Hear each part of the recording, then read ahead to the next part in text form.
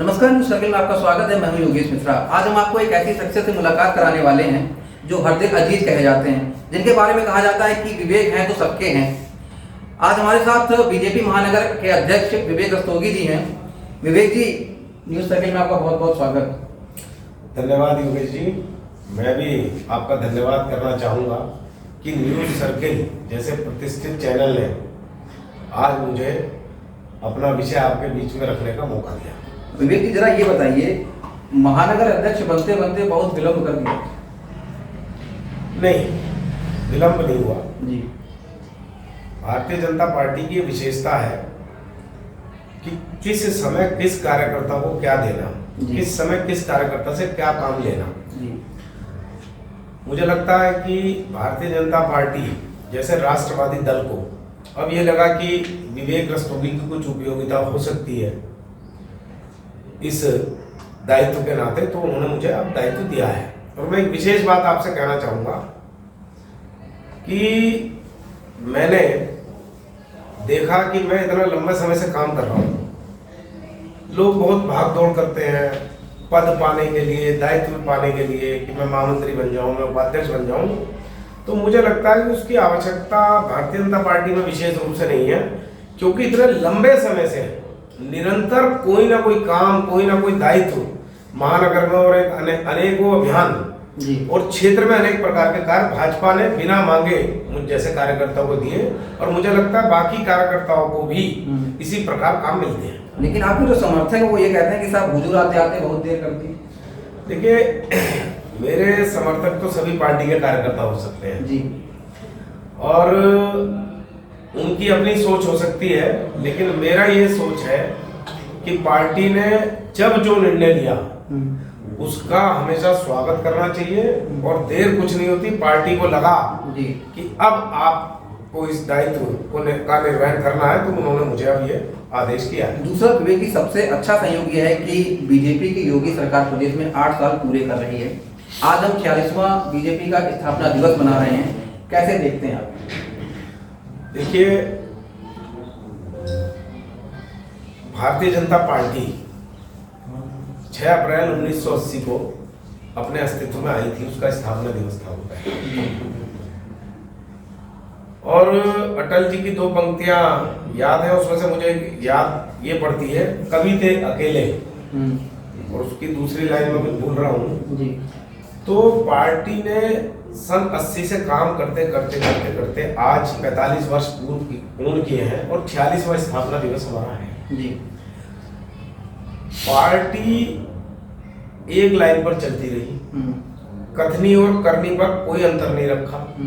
Party ने हमेशा कहा कि जो राष्ट्रवादी लोग हैं, जो देश को पसंद करते हैं, उन्हें हम पसंद करते हैं। धीरे धीरे धीरे धीरे देशवासियों को लगा कि ये पार्टी अपने बारे में बाद में और देश के बारे में पहले सोचती है जी।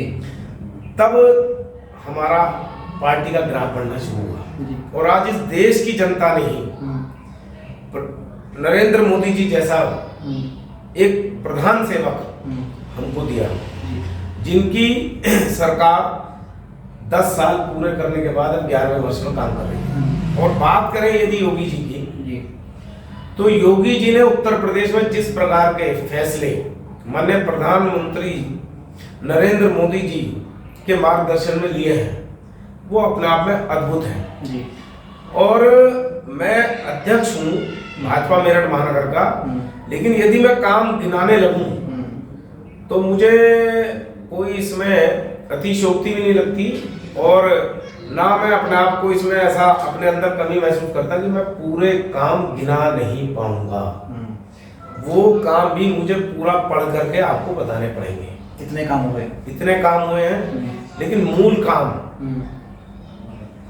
प्रदेश में बिजली की क्या स्थिति थी। गांवों में जब हमारे किसान भाई पानी चलाने के लिए रात को जाते थे, पूरी पूरी रात वहां गुजरती थी। जंगली जानवर का खतरा, बदमाशी अपनी चरम सीमा पर थी।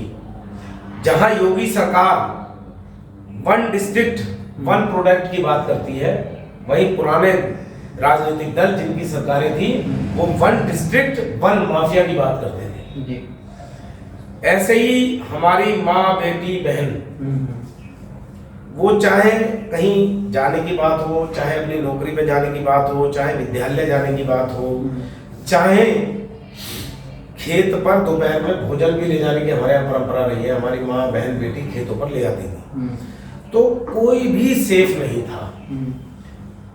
उस समय सरकारी संपत्ति का नुकसान इस प्रकार किया जाता था जैसे इसमें हमारे देश या हमारे नागरिकों का कोई योगदान है ही नहीं।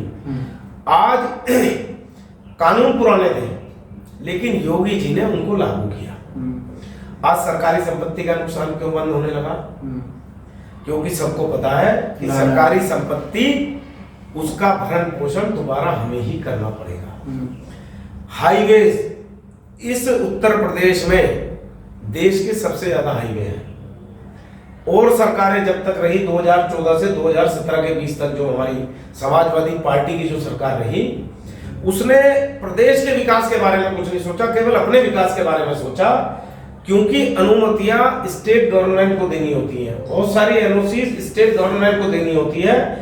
हमारे माननीय प्रधानमंत्री जी और नितिन गडकरी जी जो इस मंत्रालय को देख रहे थे, उन्होंने दोनों हाथों से पैसा दिया, लेकिन इन्होंने उनको अटकाने और रोकने का काम किया।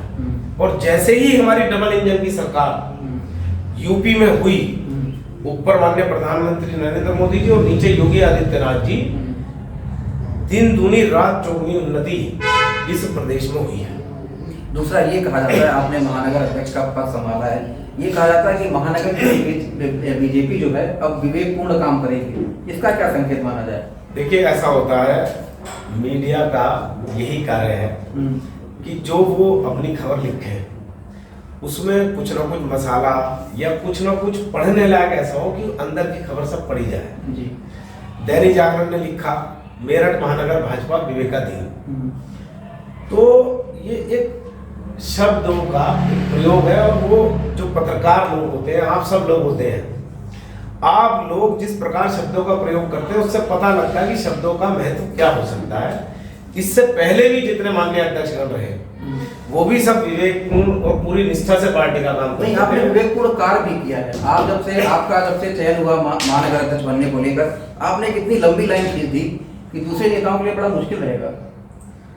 नहीं, मैंने तो जो कुछ किया, चाहे पुराने कार्यकर्ताओं से मिलने की बात हो, चाहे अपने निवर्तमान अध्यक्ष या पूर्व अध्यक्ष हो, पूर्व जनप्रतिनिधि हो, मान्य जनप्रतिनिधिगण हो, या और अन्य अपने टीम जो पिछले अनेक वर्षों से महानगर में काम कर रही है, उनसे मिलने की बात हो, तो यदि हम उनके साथ हमको काम करना है तो एक समान दृष्टि से, जब वो मुझे प्यार करते हैं तो ऐसा कोई आवश्यक नहीं था कि अध्यक्ष बनने के बाद वो सब मेरे पास आए।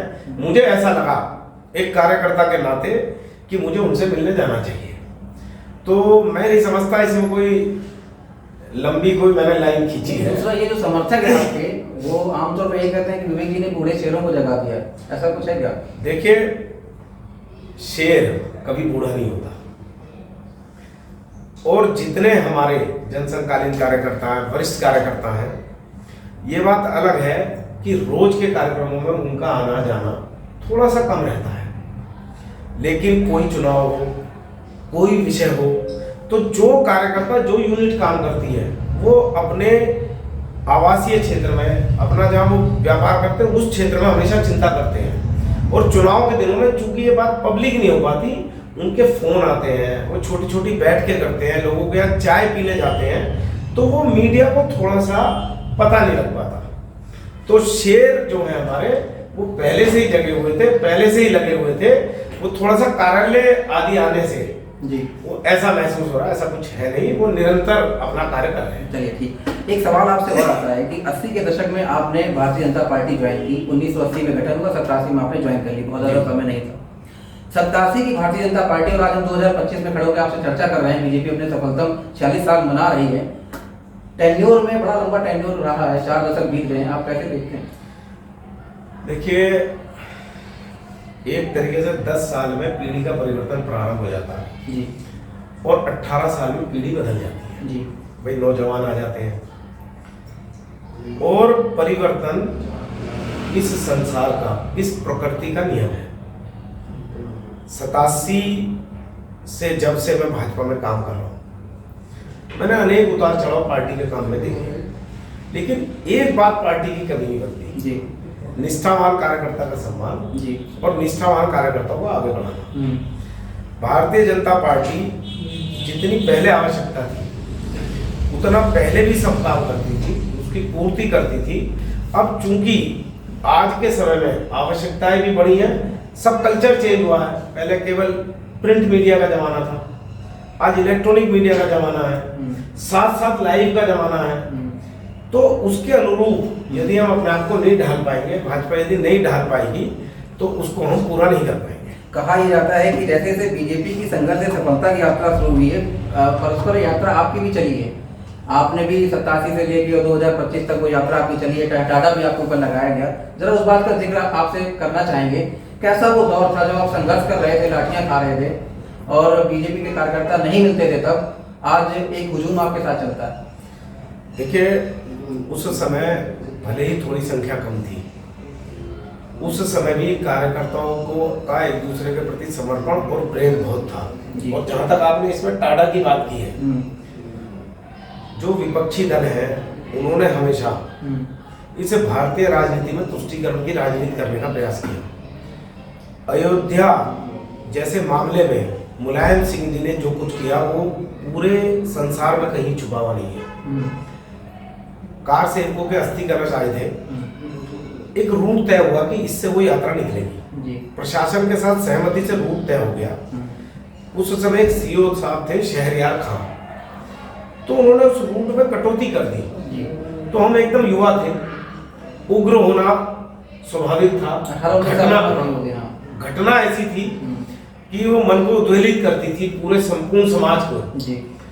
तो उस कारण वहाँ थोड़ा सा धक्का मुक्की हुई और हुई, लेकिन वो उस विषय को इतना बड़ा ले गए कि मेरे जैसे कार्यकर्ता को उन्होंने मुख्यमंत्री, उस समय के मुख्यमंत्री मुलायम सिंह यादव जी को बम से उड़ाने की धमकी और बम से उड़ाने के आरोप में मुझे गिरफ्तार किया। मेरे पे टाटा लगी जी।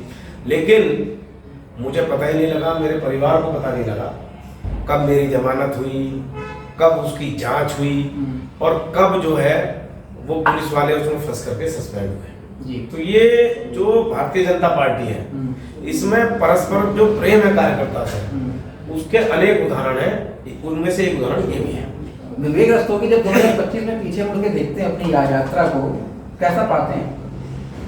देखिए, मैं यदि पीछे मुड़ के देखता हूँ तो सबसे ज़्यादा मैं धन्यवाद करना चाहता हूँ अपने माता पिता, अपने भाइयों, और मेरे विवाह को भी 27-28 वर्ष हो गए। मेरी पत्नी और मेरी 2 बेटियां हैं, मैं उनको धन्यवाद करना चाहता हूँ, क्योंकि इस यात्रा में जो मैं चल पाया, जो मैं कुछ कर पाया, उन सबके पीछे ये कहा यह जाता है कि संघर्ष के दिन कोई नहीं याद करना चाहता है, लेकिन विवेक रस्तोगी जी के संघर्ष के दिन काफी महत्वपूर्ण है। विवेक रस्तोगी जी बताएंगे जरा उन संघर्ष के दिनों को, जब घर में सिसकियां तो होती होंगी, ऐसा तो नहीं है, जब आप आंदोलन में रहते होंगे, पूरा पुलिस का जमावड़ा रहता होगा, तो सिसकियां तो रहती होंगी, वो सिसकियों से मुस्कान तक की यात्रा? भाई, मुझे अभी तक याद है कि हमारे घर में एक ट्यूबलाइट और एक ओरिएंट का पंखा लगा था जी। तब मेरी माता जी ने, उस समय खर्च आया हुआ 500-600 रुपये, बाजार से आधा किलो कलाकंद मंगा करके बांटा था। ये तो मेरे परिवार की स्थिति थी। यानी आप एक ट्यूबलाइट और पंखे पे कितना सीलिंग फैन पर खुश हो सकता है परिवार जी। और जब मैं इस टाटा के बाद जब मैं जेल से आया तो हम बहुत, मतलब क्या कहना चाहिए कि केवल रोटी मिल जाए इस प्रकार का परिवार हमारा था। तो मेरी माता जी ने उस दिन मुझे पनीर की सब्जी बना के खिलाई और निश्चित रूप से सिसकियां तो थी, लेकिन आप सबने मुझे आगे बढ़ाने का जो प्रयत्न किया, जो सब मैं काम कर पाया, उसके पीछे भारतीय जनता पार्टी और राष्ट्रीय स्वयं सेवक संघ की राष्ट्रवादी विचारधारा के कारण उन्होंने कहा बेटा इसमें काम करो जी। विवेक रस्तोगी 1987 में पार्टी ज्वाइन करते हैं, 2025 में महानगर अध्यक्ष की कमान उनके पास आती है। अब जरा विवेक रस्तोगी जी से ये जानना चाहेंगे, विवेक जी ये बताइएगा कैसा बदलाव चाहते हैं आप 2025 के बाद? कैसा बदलाव होगा? क्योंकि 27 का चुनाव बिल्कुल नजदीक है और आपके नेतृत्व में चुनाव लड़ा जाएगा वो, तो पार्टी को किस मूवमेंट पे आप लेके जाएंगे? देखिए, निश्चित रूप से जो अध्यक्ष होता है जी, कुछ अच्छा किया करते तो सारे कार्यकर्ता है, तो उसका लाभ अध्यक्ष को होता है जी, और कुछ कमी रह गई तो उसके जिम्मेदार भी अध्यक्ष ही होता है। मैं इसमें कोई बदलाव नहीं करूंगा। मैं केवल कुछ ऐसी चीजें करना चाहूंगा जो पुराने कार्यकर्ता जो चुनाव में निकलते हैं, आते हैं, जाते हैं जी, तो उन लोगों को मैं बाहर निकाल करके लाऊं, वो और थोड़ा समय देने लगे। मेरा मन ये है। वही हम कह रहे थे, बूढ़े शेर को वापस लाना, आप वही करना चाह रहे हैं। चलिए ठीक है। विवेक जी के बारे में कहा जाता है विवेक जी के विपक्षी पार्टियों से भी बड़े अच्छे संबंध रहे हैं, समन्वय की नीति वो अच्छी तरीके से अपनाते हैं। तो जिस तरीके के बयान विपक्षी पार्टियों के लिए दिए जाते हैं, क्या विवेक जी से उम्मीद करें वैसे बयान आएंगे आपके? देखिए, हम भले अलग अलग राजनीतिक दलों में हो, लेकिन एक शहर के रहने वाले शहरी भी हैं। तो सामान्य रूप से शादी विवाह या दुख उसमें आना जाना बना रहना चाहिए जी। लेकिन एक मैं यदि अपना उदाहरण दूं तो मैं किसी का पति हूँ, मैं किसी का पुत्र हूँ, मैं किसी का पिता हूँ, मैं किसी का भतीजा हूँ। अलग से अलग अलग भूमिका है ना। तो जब आवश्यकता पड़ेगी पार्टी के लिए तो जिस समय जो आवश्यकता होगी उसी भूमिका निर्वहन करूंगा। तो अध्यक्ष जी, जरा एक बयान आपसे हम सुनना चाहेंगे। ये धर्म के प्रति बांटने का आरोप बीजेपी के ऊपर हमेशा लगता रहा, क्योंकि 80 से आप जुड़े भी रहे हैं और उसी तरीके की राजनीति आगे बढ़ी है, हिंदुत्व की राजनीति को लेकर आगे बढ़ती रही बीजेपी। क्या कहना चाहेंगे कि जो आरोप लगते हैं वो सही है कि गलत है? भारतीय जनता पार्टी पर ये एकदम झूठे और मिथ्या आरोप जी। इसका अब उदाहरण आपके सामने है, जो सच हो, जो एकदम ब्लैक एंड व्हाइट में हो जी, जो हर किसी को दिखता हो, उसका उदाहरण है माननीय प्रधानमंत्री जी का नारा सबका साथ सबका विकास। क्या कहीं किसी योजना में ये आपको लगा कि इस योजना का लाभ फला वर्ग को मिलेगा और इसे नहीं मिलेगा? क्या समाजवादी पार्टी की तरह भारतीय जनता पार्टी ने कभी ऐसा किया कि केवल कब्रिस्तान की दीवारें बनेंगी और शमशान की नहीं बनेगी?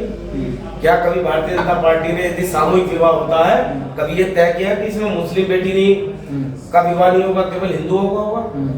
सबका साथ सबका विकास आपके सामने प्रूव कर दिया भारतीय जनता पार्टी। आरोप ये लगते हैं विवेक जी कि ये कहा जाता है कि भारतीय जनता पार्टी के नेता जो है पाकिस्तान का वीजा तुरंत दे देते हैं, तुरंत पाकिस्तान भेजने की बात करने लगते हैं। देखिए, उनके पास तो क्या विवेक जी के पास भी ऐसा कोई अधिकार है कि तुरंत पाकिस्तान भेजने वाला? नहीं, हमारे पास ऐसा कोई अधिकार नहीं है जी। ये उनके अपने मन की बात है। वो क्या करते हैं, वो इस तुष्टीकरण को करके अपनी दुकान चलाना चाहते हैं। आप बताइए, समाजवादी पार्टी या कोई अन्य पार्टी पूरे वर्ष भर में कोई ये कार्यक्रम करती है क्या जनता से कनेक्ट होने का? जी। केवल वो हिंदू मुस्लिम तुष्टीकरण के आधार पर अपना वोट बैंक बनाती है। उनके पास इसका कोई अर्थ ही नहीं है ये कहने का कि भाजपा इस प्रकार की पार्टी है। और 2027 आ रहा है योगेश जी, इस तरीके के अनेक षड्यंत्र वो लोग करेंगे। जो विदेशी ताकतें अपने व्यापार को बढ़ाने के लिए किसी अन्य कारण से चाहती हैं कि भारतीय जनता पार्टी कमजोर हो जाए, वो उसकी फंडिंग भी करेंगे। लेकिन भारतीय जनता पार्टी का कार्यकर्ता और यहाँ की जनता इन सब चीजों को समझ चुकी है। उनके ये प्रयास जो वो 1.5-2 साल में करने वाले हैं, हमारे समाज को विभाजित करने का, हिंदू मुस्लिमों में खाई डालने का, हम उसे पूरा नहीं होने देंगे। वो इसका उपयोग करते हैं। तो क्या ये मान लिया जाए कि विवेक जी जो है वो मुस्लिम, जहाँ मुस्लिम आबादी है, विशेष समुदाय जो रहते हैं, विवेक जी वहाँ जाएंगे, जनसंपर्क करेंगे? देखिए, भारतीय जनता पार्टी ने हमेशा से जनसंपर्क किया है। आज से अनेक वर्षों पहले इस्लामाबाद जैसे वार्ड से तहसीन अंसारी हमारे कार्यकर्ता वो भाजपा के सिंबल पे चुनाव जीत के आए हैं। इससे पिछले चुनाव में हमने कई पार्षद मुस्लिम समाज के लड़ाए हैं। तो हम कहीं भेद नहीं करते, हम हमेशा सबका साथ सबके विकास की बात करते हैं। संपर्क भी करेंगे, जाएंगे भी, और जो पार्टी का अभियान है उसे भी आगे बढ़ाएंगे। विवेक जी, 8 साल की यात्रा पूरी हो गई है, आने वाली यात्रा चलेगी। 27 में कैसा उत्तर प्रदेश देखना चाहेंगे आप? मैं ये समझता हूँ कि 27 में जो काम पाइपलाइन में है वो 28-29 तक पूरे हों।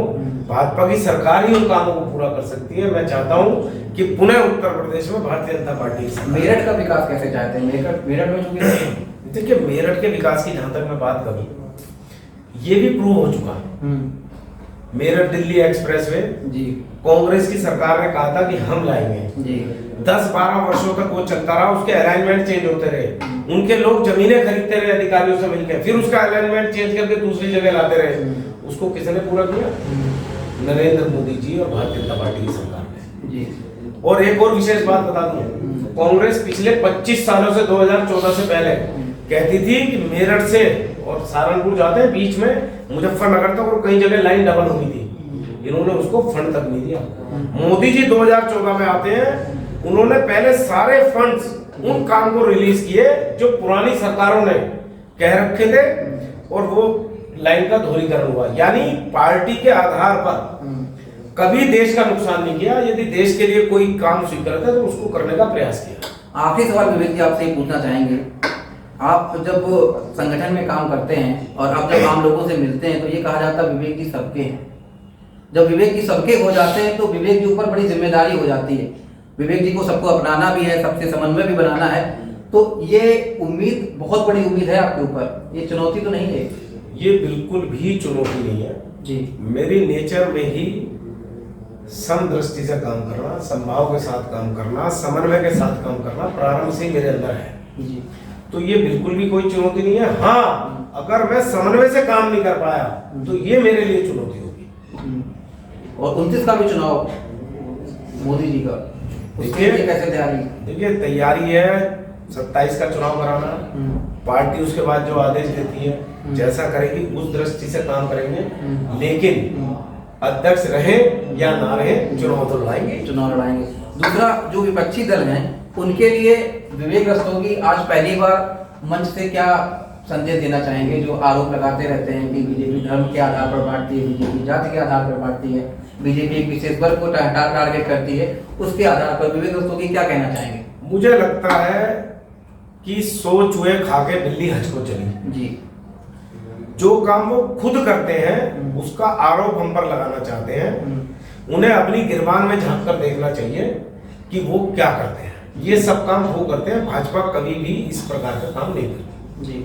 तो निश्चित तौर पर विवेक जी का यही कहना है कि बीजेपी 2027 में एक भारी बहुमत से सरकार बनाएगी और विवेक जी के ऊपर जो जिम्मेदारी है उनका वो अच्छे से निर्वहन करेंगे। तब तक के लिए मुझे दीजिए इजाजत। नमस्कार।